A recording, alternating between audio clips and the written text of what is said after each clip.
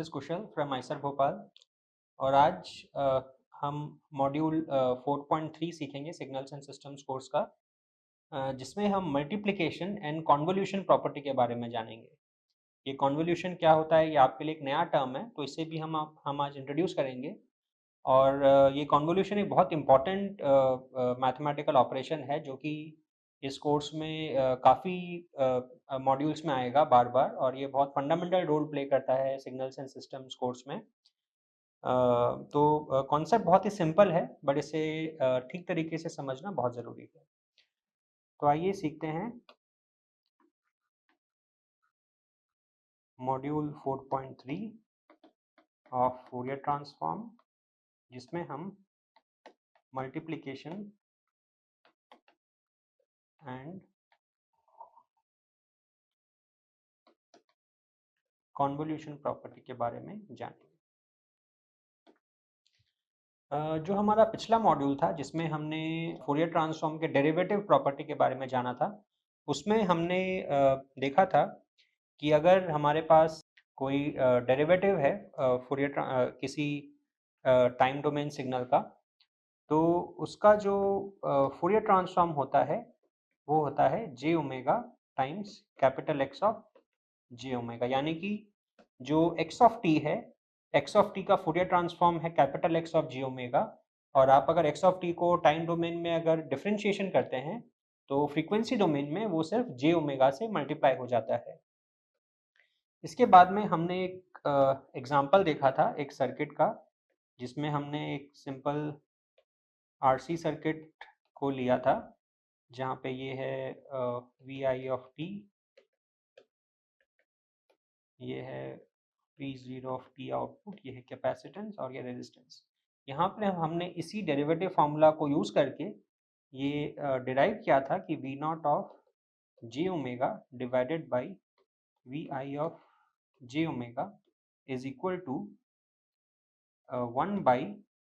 जे omega R C plus 1। यानी कि ये जो बेसिक स्ट्रक्चर है इस एक्सप्रेशन का, हम इसे एच ऑफ जे ओमेगा हम लिख सकते हैं, और जो वी नॉट जो हमारा फंक्शन है इसे हम y ऑफ जे ओमेगा लिख सकते हैं, और वी आई को capital X of J omega हम लिख सकते हैं इन जनरल, क्योंकि ये वोल्टेज की जगह करंट या कुछ और भी हो सकता है। तो इन जनरल हमारा जो एक्सप्रेशन है वो बन जाता है y of J omega is equal to capital X of J omega into H of J omega. यानी कि जो हमारा जो सिस्टम है, जो हमारा आरसी सर्किट है यहाँ पे, उसका जो बिहेवियर है, उसकी जो सिस्टम रिस्पॉन्स है, उसे हम फ्रीक्वेंसी डोमेन में एज अ मल्टीप्लिकेशन यूज करके लिख सकते हैं। यानी कि जो हमारा सिस्टम का जो आउटपुट है capital Y of J omega, उसे हम इनपुट यानी कि capital X of J omega, और जो सिस्टम का जो रिस्पॉन्स है capital H of J omega,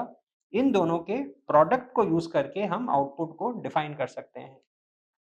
अब सवाल ये आता है कि हमारा जो सिस्टम का बिहेवियर है वो अगर फ्रीक्वेंसी डोमेन में एज अ मल्टीप्लिकेशन अगर आता है, तो टाइम डोमेन में वो सिग्नल या वो सिस्टम किस तरीके से हम रिप्रेजेंट कर सकते हैं। तो इसे हम आज के मॉड्यूल में डिराइव करेंगे। तो क्योंकि डेरिवेशन थोड़ा लंबा है और मैं चाहता हूँ कि वो एक ही पेज में हो जाए, तो I am going to change the page. तो आज हम अभी देखते हैं कि हमारा अगर जो सिस्टम का रिस्पॉन्स है वो अगर फ्रीक्वेंसी डोमेन में अगर एज अ प्रोडक्ट अगर आ रहा है, तो टाइम डोमेन में वो किस तरीके से हम उसे रिप्रेजेंट कर सकते हैं। तो जैसा कि हमने पिछले एग्जाम्पल में देखा कि जो हमारा आउटपुट है कैपिटल वाई, उसे हम इनपुट और जो सिस्टम रिस्पॉन्स है उसके प्रोडक्ट के रूप में रिप्रेजेंट कर सकते हैं। यानी कि हमारा इनपुट था capital X of J omega, और कैपिटल एच जो हमारा था वो सिस्टम रिस्पॉन्स था, तो हमने आउटपुट को कैपिटल एक्स और कैपिटल एच के प्रोडक्ट के रूप में रिप्रेजेंट किया है। तो अब हमारा जो ऑब्जेक्टिव है वो ये है कि अगर हमारा सिस्टम अगर हम फ्रीक्वेंसी डोमेन में एज अ प्रोडक्ट रिप्रेजेंट कर रहे हैं, तो उसका टाइम डोमेन रिप्रेजेंटेशन क्या होगा। तो वो निकालने के लिए ऑब्वियसली पहला स्टेप होगा कि हम इन्वर्स फोरियर ट्रांसफॉर्म का एक्सप्रेशन यूज़ करके y ऑफ t को कैपिटल वाई के टर्म्स में हम लिखें, जो कि हमने यहाँ पे किया है। अब हमारा नेक्स्ट स्टेप होगा कि कैपिटल वाई जो कि कैपिटल एक्स और कैपिटल एच का प्रोडक्ट है, हम उसे कैपिटल वाई की जगह सब्स्टिट्यूट कर दें, जिससे हमें ये अगला स्टेप मिल जाए कि जो हमारा वाई ऑफ टी है वो कैपिटल एक्स और कैपिटल एच के टर्म्स में रिप्रेजेंट हो जाए। अब क्योंकि हम फाइनली सब कुछ टाइम डोमेन में रिप्रेजेंट करना चाहते हैं, तो हमें कैपिटल एक्स और कैपिटल एच को भी टाइम डोमेन में रिप्रेजेंट करना होगा, और जैसा कि हम जानते हैं वो हम फूरियर ट्रांसफॉर्म के फॉर्मूले को यूज़ करके रिप्रेजेंट कर सकते हैं। फूरियर ट्रांसफॉर्म का जो फॉर्मूला होता है उसमें इंटीग्रेशन के अंदर में ऑब्वियसली टाइम वेरिएबल होता है t, लेकिन क्योंकि यहाँ पे ऑलरेडी एक टाइम वेरिएबल t मौजूद है, तो हमें इन दोनों फंक्शंस का, हम जब फूरियर ट्रांसफॉर्म एक्सप्रेशन लिखेंगे तो वहाँ पे हमें दूसरा टाइम वेरिएबल यूज़ करना पड़ेगा। तो हम क्या करेंगे, हम capital X of J omega के लिए टाउ टाइम वेरिएबल यूज़ करेंगे और कैपिटल एच के लिए हम tau prime time variable use करेंगे। तो हम जब ऐसा करेंगे तो हमारे पास आ जाएगा 1/2 पाई, जो कि पहले से ही है, minus infinity to plus infinity, और यहाँ पे अब एक इंटीग्रेशन की जगह 3 इंटीग्रेशन आ जाएंगे, क्योंकि कैपिटल एक्स का एक इंटीग्रेशन होगा और कैपिटल एच का भी एक इंटीग्रेशन होगा। तो यहाँ पे हम 3 इंटीग्रेशन करेंगे। लिमिट्स हमें अलग अलग लिखने की ज़रूरत नहीं है, क्योंकि तीनों ही इंटीग्रेशन के जो लिमिट्स हैं वो हैं minus infinity to plus infinity. अब जो कैपिटल एक्स है उसकी जगह पे आ जाएगा एक्स ऑफ टाउ, क्योंकि हम एक्स के लिए टाउ वेरिएबल यूज़ कर रहे हैं, ई पावर माइनस जे ओमेगा टाउ। फिर capital H of J omega की जगह आ जाएगा एच ऑफ टाउ प्राइम, क्योंकि हम एच के लिए टाउ प्राइम यूज़ कर रहे हैं, ई पावर माइनस जे ओमेगा टाउ प्राइम। फिर ई power J omega T, D omega जो हमारा पहले से ही था उसके साथ में डी टाउ और डी टाउ प्राइम भी आ जाएगा। तो ये अब हमारा कंप्लीट टाइम डोमेन एक्सप्रेशन बन गया है। अब इसे हमें देखना है कि क्या हम इसे कुछ मैथमेटिकल मैनिपुलेशंस करके हम इसे सिंप्लीफाई कर सकते हैं क्या। तो ऑब्वियसली एक सिंप्लीफिकेशन तो इस तरीके का होगा कि जो x ऑफ टाउ है और h ऑफ टाउ प्राइम है, इसमें ओमेगा नहीं है, तो हम इन दो टर्म्स को ओमेगा इंटीग्रेशन के बाहर ले जा सकते हैं। तो हम जब ऐसा करेंगे तो ये एक्सप्रेशन बन जाएगा 1/2 पाई।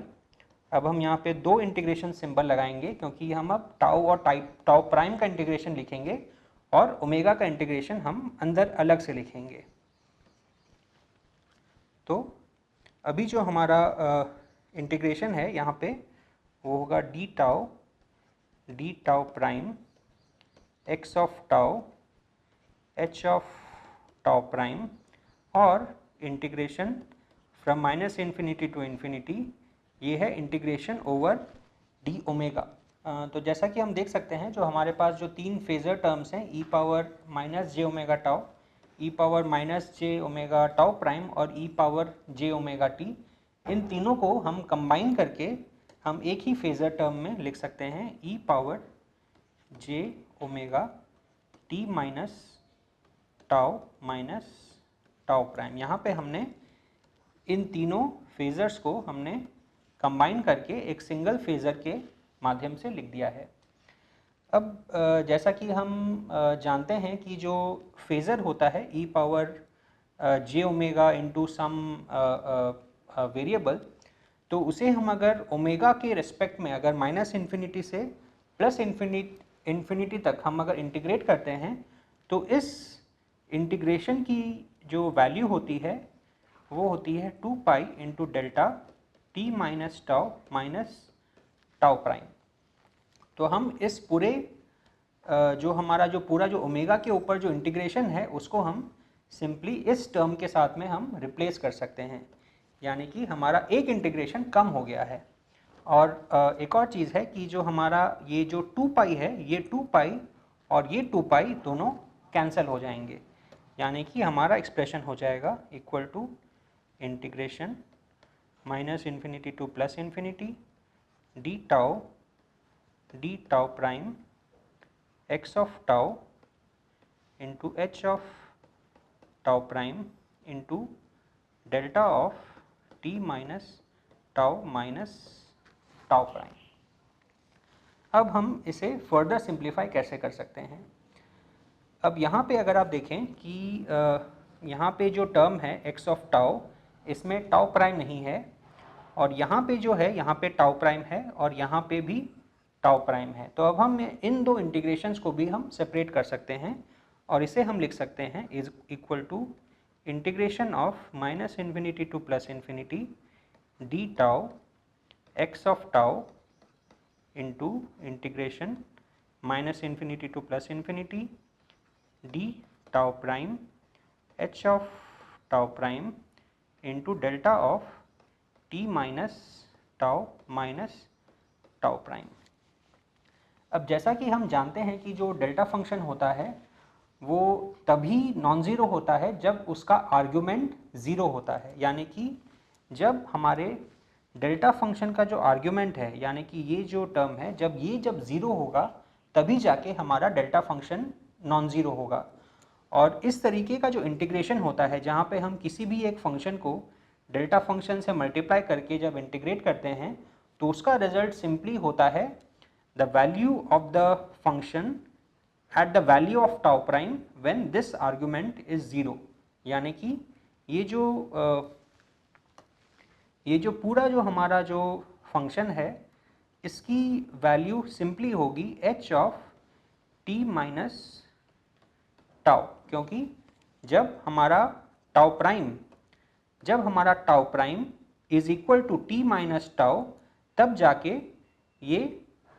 जो डेल्टा फंक्शन है ये नॉन ज़ीरो होगा और ये h की वैल्यू उस पर्टिकुलर टाउ प्राइम पे पिकअप कर लेगा। यानी कि हमारा जो टोटल इंटीग्रेशन था y ऑफ t वो बन जाता है integration minus infinity to plus infinity d tau x of tau into h of t minus tau। ये जो फंक्शन है, ये जो इंटीग्रेशन है, इसे हम लिखते हैं x of t convolve with h of t और इसे हम कहते हैं कॉन्वोल्यूशन।